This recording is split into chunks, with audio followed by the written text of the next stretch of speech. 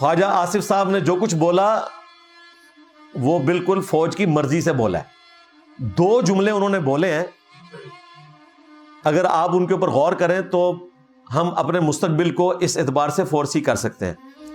پہلا انہوں نے جملہ بولا کہ اگر آج ہم مسلمان ممالک اکٹھے نہ ہوئے تو ایک ایک کر کے سب کی باری آ جائے گی. اندازہ کریں,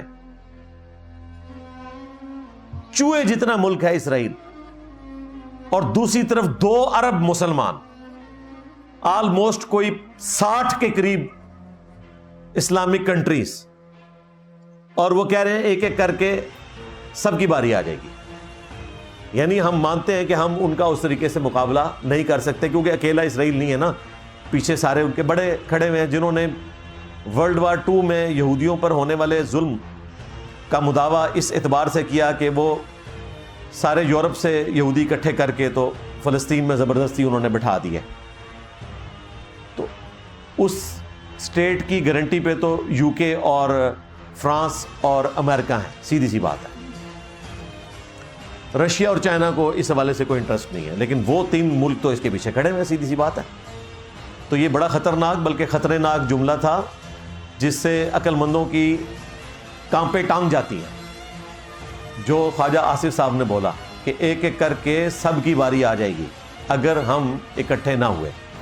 اور دوسری بات انہوں نے کی کہ اس وقت مسلم کنٹریز کو مل کر کوئی مشترکہ حکمت عملی بنانی چاہیے اور اسرائیل کا بائیکاٹ کرنا چاہیے.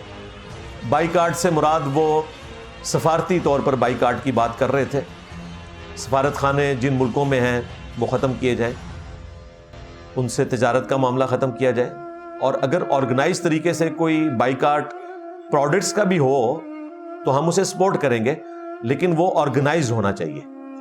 اس کے ساتھ جو لاکھوں مسلمانوں کی روزگار وابستہ ہے وہ ڈسٹرب نہیں ہونی چاہیے. ظاہر ہے اس کی کمپنسیشن ہونی چاہیے. ویسے تو آپ کو بڑا اچھا لگتا ہے, آپ اس طرح کے ولاگز دیکھ کے بڑے خوش ہوتے ہیں کہ جی آپ پروڈکٹس کا بائیکاٹ کر دیں.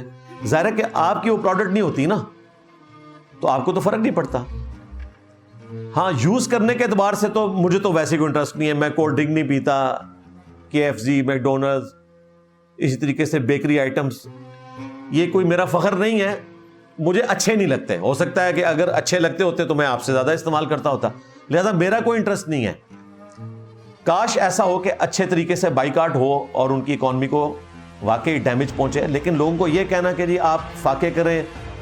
اور گاندھی صاحب نے بھی اس زمانے میں تحریک چلائی تھی گریٹ برٹن کے خلاف, بائیکاٹ کیا تھا, اور بھائی اس وقت لوگوں کی ضرورتیں کیا تھی؟ 2 وقت کی روٹی. آج ہماری ضرورتیں کیا ہیں؟ ہمارا تو انٹرنیٹ کا کنیکشن بند ہو جائے نا تو سانس بند ہو جاتا ہے. ان کو آپ کہہ رہے ہیں کہ یہ بائیکاٹ کریں گے,